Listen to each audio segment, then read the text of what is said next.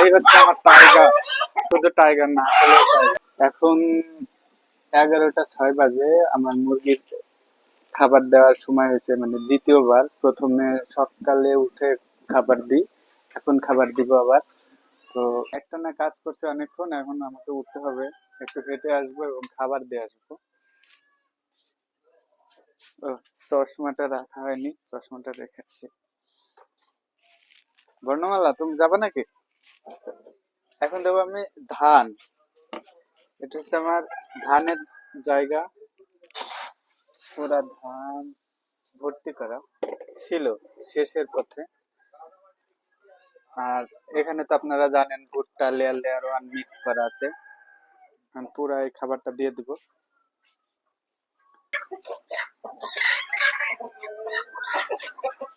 আমার এই টাইগার মুরগি আগে ধান খেত না, কিন্তু এই যে দেশি মুরগির মধ্যে দেওয়াতে দেশি মুরগির ধান খায়, সাথে টাইগারও ধান খায়। তো এই হচ্ছে আমার মানে ধানের জায়গা। এটাতে আমরা ধান দিই শুধু। মাঝে মাঝে বর্ণমালার মা সকালে বেশিরভাগ এখন দিচ্ছে, আগে আমি দিতাম। এখন আমার রাত জেগে কাজ বেশি করা লাগে বলে বর্ণমালার মা সকালেরটা দেয়, আমি দুপুরে আর বিকালের খাবার দিই। আর পানিটাও বর্ণমালার মাই দিচ্ছে এখন।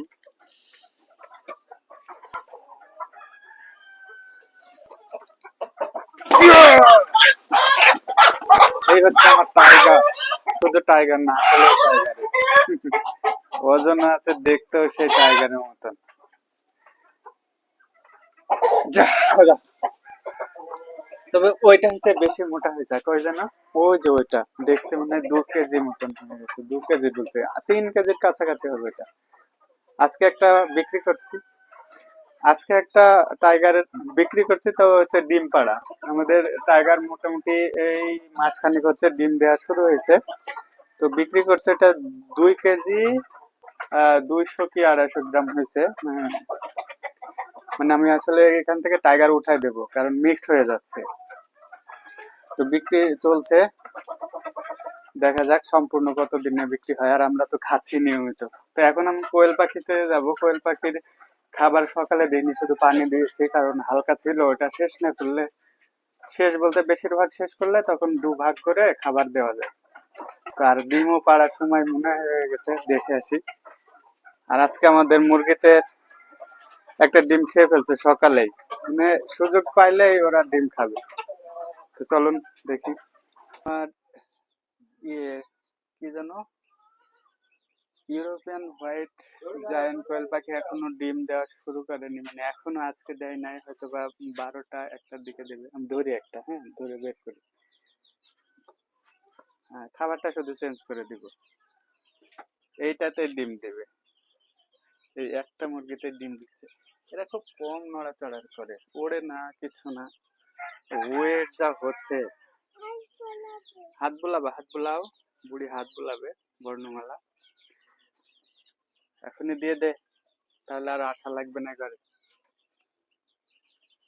আজকে যদি ডিম পাড়ে তাহলে 5টা হয়ে যাবে।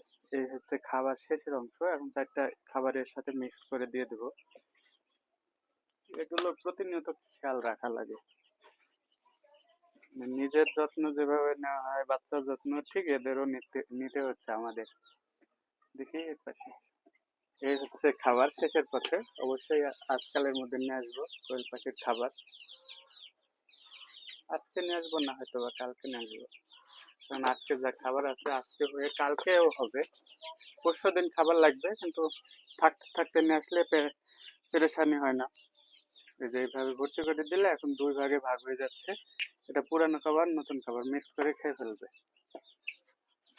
আর কোয়েল পাখি পোষার আমার আগের অভিজ্ঞতাই আছে, কারণ আমার আগে তো অনেক কোয়েল পাখি ছিল, বেশ উঠাই দিয়েছিলাম।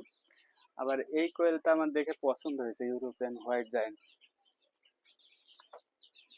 একদিনে খাঁচা বানাইছে আমি, একদিনে অনেক, মানে খাওয়া দাওয়া অফ করে দিয়ে একবারে খাঁচা বানায় গা দুপুরে খাবার খাইছি। এখন আপনাদের আমাদের ছোট্ট মুরগি গুলো দেখাবো, এগুলো অল্প দিনে ওই মুরগির মধ্যে দিয়ে দেবো, টাইগার গুলো বিক্রি হয়ে গেলে। খুব সুন্দর হয়েছে। তবে এবার আর এই ভুলগুলো করবো না। সব ভ্যাকসিন গুলো বাচ্চা ওঠানোর সাথে সাথে ভ্যাকসিন আর যেরকম মানে রোগ বা কিছু দেখলে আগে ওষুধ খাওয়াবো। ওষুধ খাওয়ালে আমার যে 40-50টা বাচ্চা উঠছিল সবই বেঁচে যেত মনে হয়। খুব সুন্দর লাগছে মুরগিগুলো এখন দেখতে। তো আজকে এই পর্যন্ত, বিকালে হয়তো বা খাবার দেবো। ওই মুরগিকে খাবার দেবো, এই ঘরে আর ঢোকার সম্ভাবনা নাই। খাবার যা শেষের পথে, খাবার অল্প কয়টা দিয়ে দিই, হ্যাঁ, তাহলে এই ঘরে না ঢুকলেও হবে আর কি। এরা খাবার খাওয়াচ্ছে বেশি ছিটাচ্ছে, এদের জন্য ছোট খাবার নেয়, এই খাবারটা খাইছে না।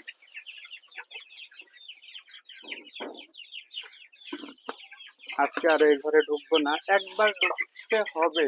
কোয়েল পাখির ডিম নিতে আসতে হবে। ভাবছিলাম ঢুকবো না, এই এখন ঢুকে কোয়েল পাখির ডিমটা পাইলে আর ঢুকবো না, কিন্তু একবার ঢুকতে হবে কোয়েল পাখির জন্য। তো ভালো থাকবেন, সুস্থ থাকবেন। আসসালামু আলাইকুম।